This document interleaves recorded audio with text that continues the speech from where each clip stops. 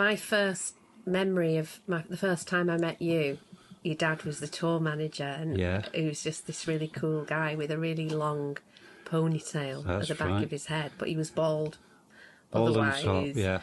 Yeah, and he was only about 5'1", wasn't he? Yeah. Yeah. Not a terribly big guy. Yeah. But you always got the impression that he was like totally proud and totally in his element. Oh, he was. He loved it, yeah.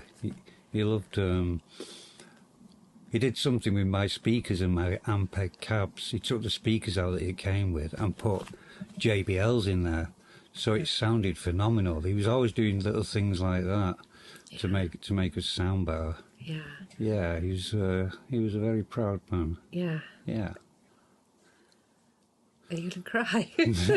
No, I loved Degsy. He was.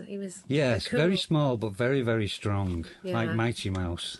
Yeah, and the really cool thing about him was that he really fitted in with the vibe of the band. It wasn't like your dad breathing down your neck. He was kind of one of the lads as well, wasn't he? He was one of the lads, yeah. And the crew adored him, didn't they? Yeah, yeah.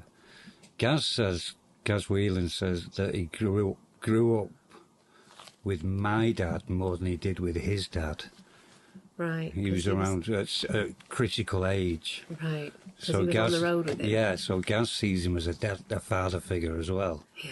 Or saw him as a father figure. Yeah. Gaz Whelan's the drummer of the Mondays, and he's known Derek since he was 15. Oh, Derek did everything. If it wasn't for Derek, we wouldn't have done anything. He brought the PA in. When we got a proper crew and he got on board with the crew, he was great, yeah. He was, but early on, he had to, he was one in charge of everything, had to keep us in control. But and we used to make fun of him sometimes, and he used to just ignore us and get on with it. But if it wasn't for him, we wouldn't have left the rehearsal room. And I said, look, before he died, the last time I saw him, I went around and I said to him, I just said, thanks, without you, we wouldn't have got anywhere. What about this? I know he made a lot of sacrifices to actually get you to the point where you were a band that was often touring. Tell me about that.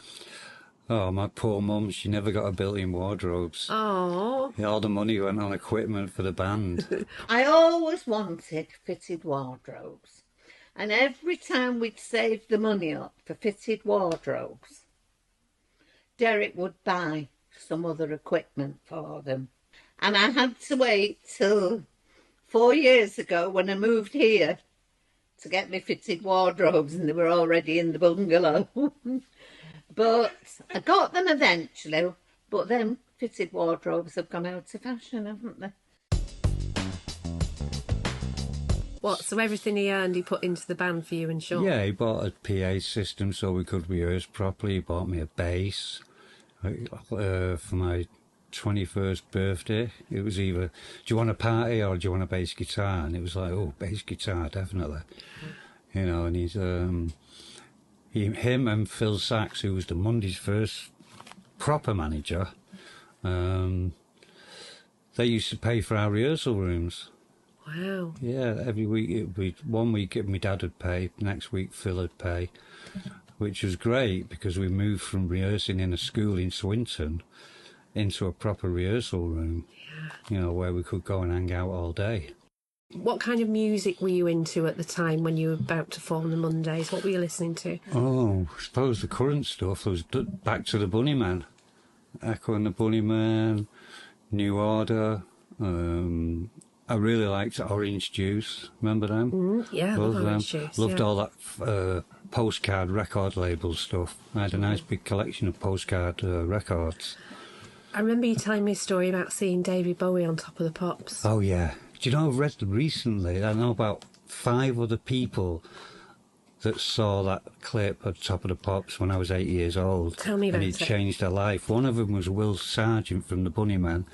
He was talking in an interview about the same time and the same show as I was watching when I was 8 years old.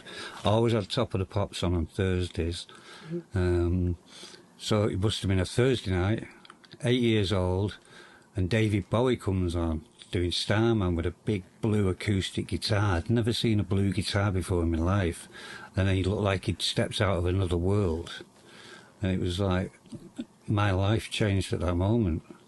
How? I wanted to know where he was from and how he got on Top of the Pops and did he write the song? And I was just curious. And what did it make you feel like? What did it make you think that you needed to do? That I wanted to do something like that. Right, so you wanted to be a pop star, or he's more than a pop star, isn't he? I just wanted to be on top of the pops, I think. Hey, but you achieved that, didn't you? Of course I did, yeah. Yeah, I wanted to be on top of the pops like David Bowie doing Starman. Yeah. You know, it was a big impact at 8 years old seeing that. Yeah. You know, like I say, it's like he'd come from another world.